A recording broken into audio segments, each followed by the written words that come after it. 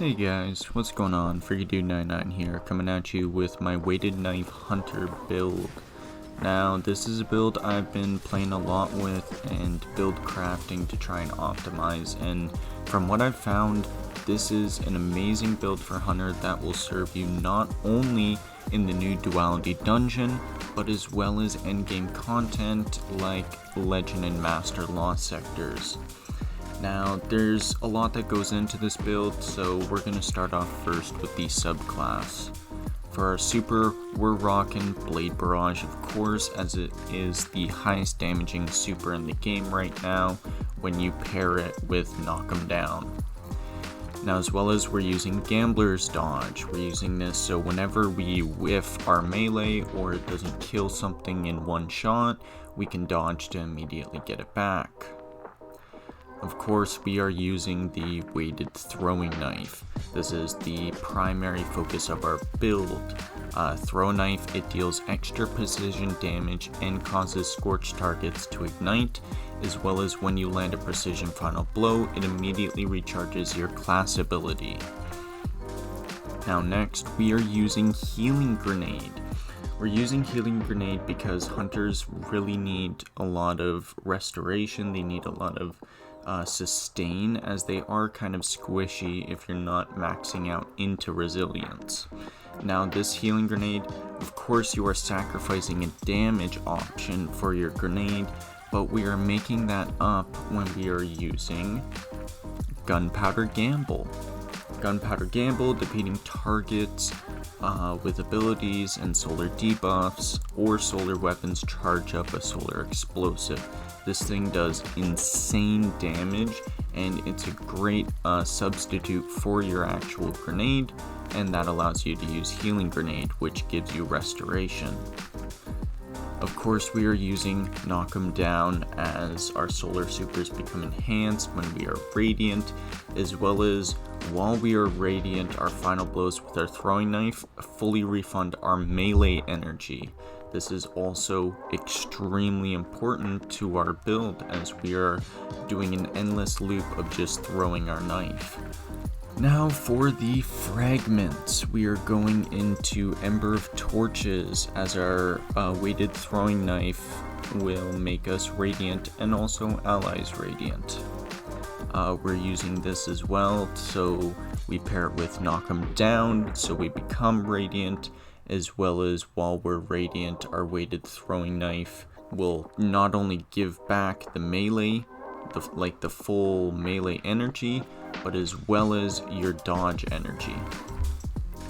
For our other solar fragment, we're using Ember of Singeing to get back our class ability much faster whenever we scorch targets. Of course, this is very important, as if you ever miss your melee ability and your dodge isn't up, you can use this to get your dodge back faster.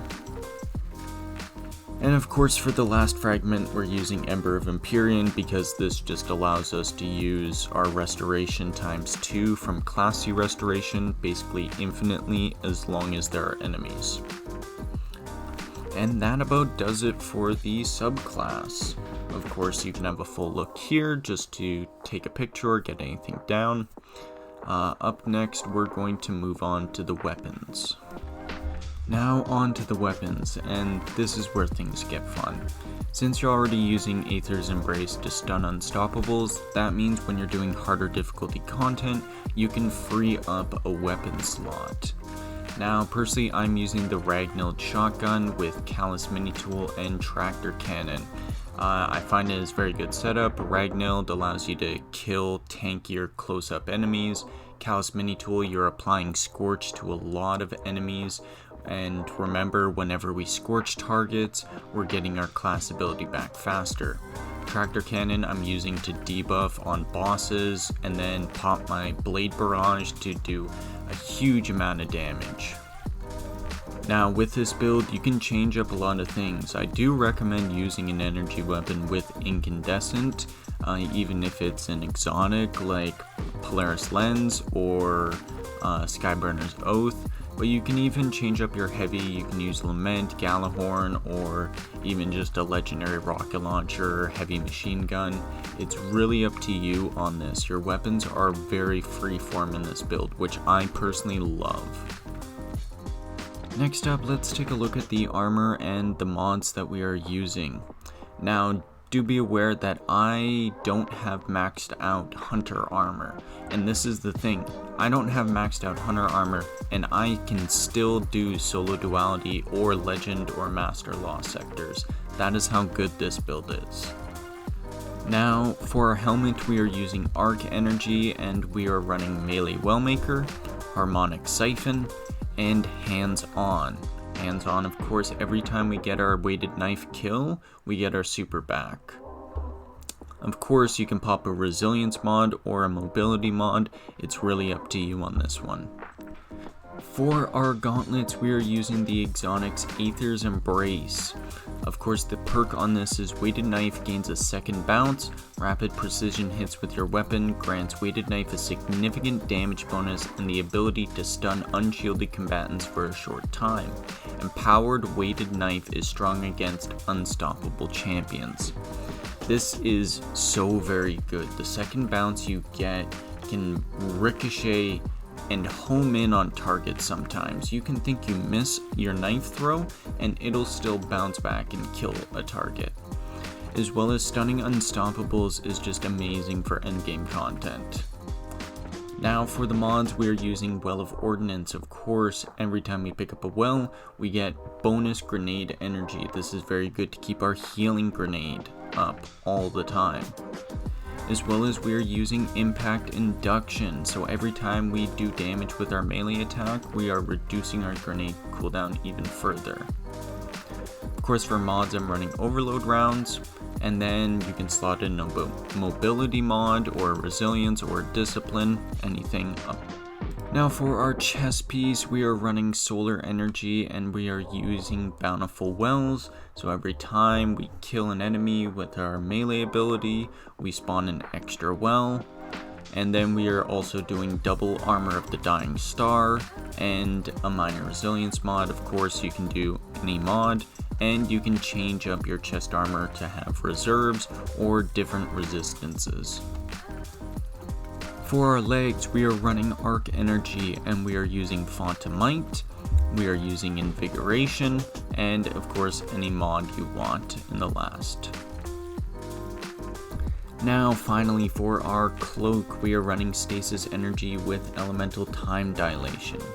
This is making it so our Fontamite lasts a lot longer, as well as any other mods that I'm going to put in the optional section.